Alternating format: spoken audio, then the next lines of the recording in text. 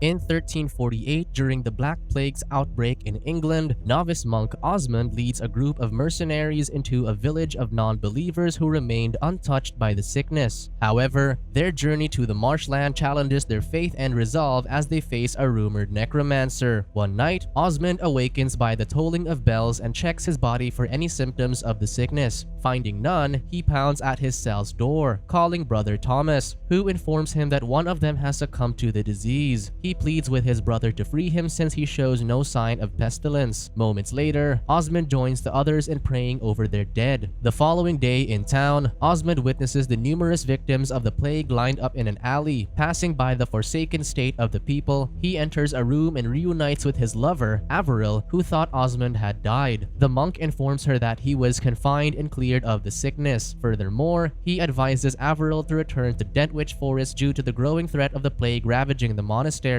The woman worries that the sickness is a divine punishment for the absolution of their sins, but the devoted monk disagrees. Tear-stricken, Averil begs Osmund to leave with her, but he doesn't want to betray God by leaving the convent. However, the woman argues that they've already betrayed him with their forbidden relationship, to which Osmund doesn't reply. Before Averil leaves, she tells her lover that she'll wait for him at the martyr's cross in the forest every dawn. Eventually, she'll leave for good if he hasn't decided to be with her. Later, Osmund kneels and confesses that he's torn between following his lover and staying at the monastery to continue his service, so he asks for a sign which would answer his worries. Afterward, the bishop's envoy, Ulrich, and his companion soldier, Swire, arrive at the convent and inquire the abbot about the mysterious village the pestilence has not ravaged. The rumored village is a threat to the church, believed to be a sanctuary from God's wrath. To uncover the truth about the isolated town, Ulrich seeks a guide to navigate the marshland. Hearing this, Osmund immediately thinks of his lover, who just left for the forest. Claiming the expedition a sign from God, the novice monk volunteers to lead the envoy, but the abbot doesn't think he is capable. Nevertheless, Ulrich accepts Osmund's offer, who claims to know the forest and is the most qualified to guide them. The abbot warns Osmund about the vicious man, but the young monk claims that his prayers were answered. The next morning, Osmund bids farewell to his brothers in the monastery while they pray for his safety. As they make their way out, they witness the ill sight of the burial grounds of the plague's victims, whose endless piles are cremated to accommodate more bodies. Afterward, Ulrich introduces their guide to the rest of his crew outside town. They eye Osmund, dismayed by the young man they are left to trust and lead their journey. Then, Osmund notices a mobile torture machine connected to their wagon, so Griff and Wolfstan, the king's former soldiers, inform him of the truth behind their mission. They plan to purge the isolated town of non-believers from witchcraft and devilry, where the bishop ordered to seize the necromancer who revives the dead for trial and execution. Fooled by the nature of their task, Osmund chooses to pursue their mission as Ulrich demands God's presence among them. Soon after, Swire introduces the group of murderers and mercenaries to the novice monk, whom he claims are good people. Among them is Ivo, the soldier without a tongue, Mold, a butcher, and Dallywag, a criminal and a torturer. As they travel into the forest, a commotion in the woods stops them, where villagers prepare to burn a woman suspected of witchcraft. Osmund rushes in and tries to reason with the villagers' baseless accusations. Then, Ulrich threatens their leader, who steps away from the menacing crew. Ulrich unties the woman, to Osmund's relief. However, the envoy stabs the accused witch to death and tells the monk never to hinder their journey again. That night, the men set camp around a fire and ask Osmund what the church thought about the pestilence. The monk shares that he thinks it is not a form of God's punishment, unlike what many believed. He learns that the soldiers thought it originated from England's rival, the French. Ivo, the man untongued by Frenchmen, steps out in spite. Then, Osmund confronts Ulrich about the earlier incident in which the soldier claims he spared her suffering through a quick death. The following day, Ivo wakes the crew when he hears a group of flogging men. At the stream, an old man warns Swire to turn back as the land they're headed to is full of savages. Later, Osmund mumbles his prayers when Dallywag probes the monk on why he volunteered to leave the convent sanctuary. The monk refuses to answer honestly, so the criminal threatens to carve the truth out of him later. Soon, the group reaches a village's ruin, where burnt bodies litter the area. Suddenly, Griff starts coughing blood as the men back away from the suspected victim. Wolfstan carefully checks his friend's body for symptoms and finds a lymph node on his neck, confirming his sickness. Ulrich declares the end of Griff's journey, and Wolfstan yells at Swire, whose apathy revulses the poor man's condition. The monk takes the ill soldier, who chooses refuses to confess his sins for absolution. Mold hands Wolfstand the Misericorde, the mercy weapon used to deliver instant death. The soldier approaches his friend and immediately stabs the Misericorde to lessen their grief. Soon after, the crew reaches the cliff overlooking the Dentwich forest. That night, Ulrich praises the young monk for giving absolution to his fallen friend. Osmund doubts the real essence of their mission, but the faithful envoy assures that the monk will retrace his words in time. At dawn, Osmund wakes to their lookout, Swire, asleep, so he sneaks and races to the Martyr's Cross to meet Averil. However, he sees his lover nowhere but her lone horse with traces of bloodied fabric. Devastated by what he sees, Osmund cries for Averil's name. Instead, he sees a group of bandits tower over him. Immediately, Osmund runs back and alarms his crew about the danger. Suddenly, they hear a horn bellow in the woods, so Mold carefully treads forward. Then, the bandits charge at them as they engage in a vicious battle. The monk hides in the cave, but an assailant sees and pursues him amidst the chaos. Eventually, the bandit stabs Osmund, but Ivo hacks the thief with his axe. However, the soldier falls back as a knife punctures his chin. Outside, Ulrich and the others finish off the brigands while some flee on the soldiers' horses. Dallywag reports that Ivo is dead, so Ulrich confronts the monk who brought the bandits to their base. Osmund confesses that he joined to meet a woman whom he thinks has perished in the woods. Grieving, the monk has lost his will to continue, but Ulrich insists that he lead them to the forest as they hear another signal from afar. Soon, they continue their journey on foot and finally reach the swamp. Recalibrating their plans, Ulrich declares to drag the necromancer to the cage, which they'll leave before the marsh. Hunted by ominous sounds, the group hurriedly trudges the land as they locate the isolated village. Then, they enter the quiet town where villagers eerily surround the armed invaders in curiosity. The village chief, Hob, welcomes the men who claim to seek refuge from the bandits of the forest. Ulrich reveals that they deliver relief to the victims of the pestilence, which Hob is unfamiliar with. Ulrich reminds his crew to refrain from acting alone as they lure out the necromancer. Hob leads his guests by the lake for them to wash, whereas Osmund keeps pressure on his wound. As the monk reaches to collect water from the lake, Averil's face emerges but disappears in a blink. Then, an herbalist, Langiva, approaches the crew and takes Osmund to tend his wound. In a hut, Langiva notices the monk in sorrow as she stirs up a remedy for his injury. She learns about Osmund's lover and tells him that it's not a sin to want more than divine love. As the chaste man unclothes, Langiva puts the ointment on the wound. To Osmund's shock, the pain immediately subsides. The monk then probes her husband's death, whom she reveals to be murdered by God's men. Meanwhile, Ulrich and his crew enter an abandoned church where they'll seek shelter for the time being. Dismayed by the sight, Ulrich approaches the young women, who hand them baskets of fresh clothes. The envoy snatches one's necklace, a symbol of the bishop's messenger, which she found in the swamp. Ulrich reveals that a party before them was sent to accomplish the same mission but never returned. Apparently, the former party had reached the marsh before they went missing. That night, the villagers gather for a feast and formally welcome their guests. Then, Ulrich stands, expresses his gratitude, and invites them to pray. However, the townspeople stare at them in silence as Ulrich recites his devotion alone. Later, Osmund sees Langiva beckon him outside. The woman leads the monk to another hut, revealing that Averil was found in the forest before she died. Mournful, Osmund uncovers his beloved, reunited at last. At the church, the novice monk kneels and pours his anger to his lord, condemning him for his lover's death. Then, he sees Averil's bloodied frame walk in and blames him for abandoning her. Then, Osmund snaps back to reality and sees Ulrich witnessing his breakdown. Grief-stricken, the monk reiterates that the village is innocent, unlike the mercenaries' claim of devilry. Ulrich reminds him to set aside his mourning heart, revealing that he lost his family due to the pestilence that the village is immune to. He then throws a woven figurine to the young man, prompting him to believe that the community indeed worships a false idol. Meanwhile, Mold sees Swire surrender to his desires with a woman at dinner. A lady approaches the bystander, but Mold aggressively dismisses her advances. Later, Osmund follows Langiva into the swamp and asks her about his lover's burial, and the woman assures it herself. She notices the weary man's hesitation to reveal his companion's ill intentions to the village, which she already knows firsthand. So Langiva asks whose side Osmund will take and leads him further into the dark. At the hall, Ulrich returns to his seat with his crew, dizzy from their drink. Arriving at their destination, Langiva faces Osmund as her fellow women in white cloaks surround her. Then, she kneels on the ground and revives Averil's body from the dead. Horrified by what he witnessed, Osmund hurriedly runs away from the necromancer and stops in the middle of the marsh. Meanwhile, Ulrich witnesses his crew fall down one by one in a haze as he fights for consciousness. Hob approaches and disarms them, threatening the intruders. In the swamp, Osmund sees the 4 corpses of the bishop's men who went there before them while the villagers surround him. The following day, the crew find themselves tied and shivering in a water-filled trough, while Wulfstan encourages his hopeless friends to persevere. Then, the Necromancer leads the townsfolk and proclaims the evil intentions of the Christian soldiers through the torture machine they found in the marsh. Langiva offers the soldiers salvation only if they renounce their god, but Ulrich claims none of them will succumb to her wishes, so the soldiers keep silent as Hob chooses who to sacrifice first. Despite their condition, Dallywag mocks the godless man as his defiant crew laughs with him. Fearless of death, the torturer sings as the villagers pull him out and nail him on a wooden cross, braving the pain. Then, Hob recites a ritual and disembowels him until he no longer screams. Witnessing their friend's death, Wulfstan curses the necromancer while Hob chooses another sacrifice. Suddenly, Swire renounces their god, infuriating his allies. The villagers pull the shameless man as the soldiers watch their friend repeat Hob's words and abandon his faith. However, the villagers drag Swire into the woods and hang him to his death, contrary to their promise of salvation. Then, Langiva orders Osmund to renounce as they pull him out of the water. The necromancer, who takes pride in converting a faithful monk, persuades him to reunite with his lover and remain in the village. Ulrich pleads with Osmund to resist temptation as he approaches Averil in a cottage. Inside, the undead woman mindlessly ignores him as she writhes from his touch. Seeing that his beloved's body has been defiled and is no longer human, he professes his love and thrusts a knife to her heart, ending their misery. Later, Osmund exits the cottage carrying his lover's peaceful body, claiming that Averil is with God, and so is he. Aghast by the monk's faith, Langiva reiterates God's wickedness to the villagers. Then, Osmund slashes his knife to the necromancer, which wounds her face. The godless men tackle the young man to the ground while Ulrich repeatedly proclaims their faith against the witch's influence. Enraged, Langiva orders the horses to get rid of the bishop's envoy. As they bind Ulrich's limbs to the beasts, he continuously defies the devilry that has fallen to the village. Then, the horses pull to dismember the faithful soldier while Langiva orders him to renounce. Meanwhile, Wulfstan secretly grabs the discarded knife nearby and unties themselves from their binds. As Ulrich's limbs start to sever, he asks to see Osmund, which the witch allows. He orders Osmund to tear open his shirt, revealing the bleeding nodes that are symptoms of the sickness. The villagers scramble in fright as the soldier exposes their vulnerable village to the plague's wrath, delivering justice as a Christian upon the ungodly town. Then, Hob pats the horses, which dismembers the defiant soldier. At the same time, Mold and Wulfstan escape the trough and seek vengeance on the villagers. However, Hob stabs Mold, which instantly takes his life. Meanwhile, Osmund follows the necromancer into the marsh with a sword. As the haze closes in, he cautiously treads the shallow water in pursuit of Langiva. At the village, Wulfstan cages Hob inside their torture machine while he remains in devotion to the necromancer's devilry. In the hazy marsh, Langiva claims that Averil was not dead but merely drugged to recreate a miracle that Osmund believed to be an act of witchcraft. The woman insists that the monk killed his beloved, contrary to God's commandment of thou shalt not kill. Langiva claims to be an ordinary herbalist and not a witch, who the villagers choose to believe and follow. Anguished by the revelations, Osmund begs the woman to revive his lover, but Langiva has no power to do so and mockingly suggests asking his god as she walks away. At the village, Wulfstan stands over the corpses of his friends and the villagers. Devastated by the madness, the soldier soon realizes that neither witchcraft nor necromancy was behind the village's sanctuary from the pestilence. The people were simply isolated from the plague's wrath, devoid of contact. Soon after, Wulfstan arrives at the monastery with the mortified monk and Hob, whom Wulfstan claims to be the necromancer despite the truth he had witnessed. In later years, Osmund resubmits himself to God and vows vengeance for the trauma he has endured, regardless of the revelations he underwent. In the middle of the woods, Osmund, carrying the bishop's symbol, seizes a woman who appears to be Langiva. Afterward, he brings her to a chamber and allows her torture to ensue. As the woman relentlessly denies witchery, others start questioning Osmund's accusations. However, the faithful envoy sees the deceitful woman's face on every innocent he incriminates to purge his conscience of guilt and shame by burning them alive.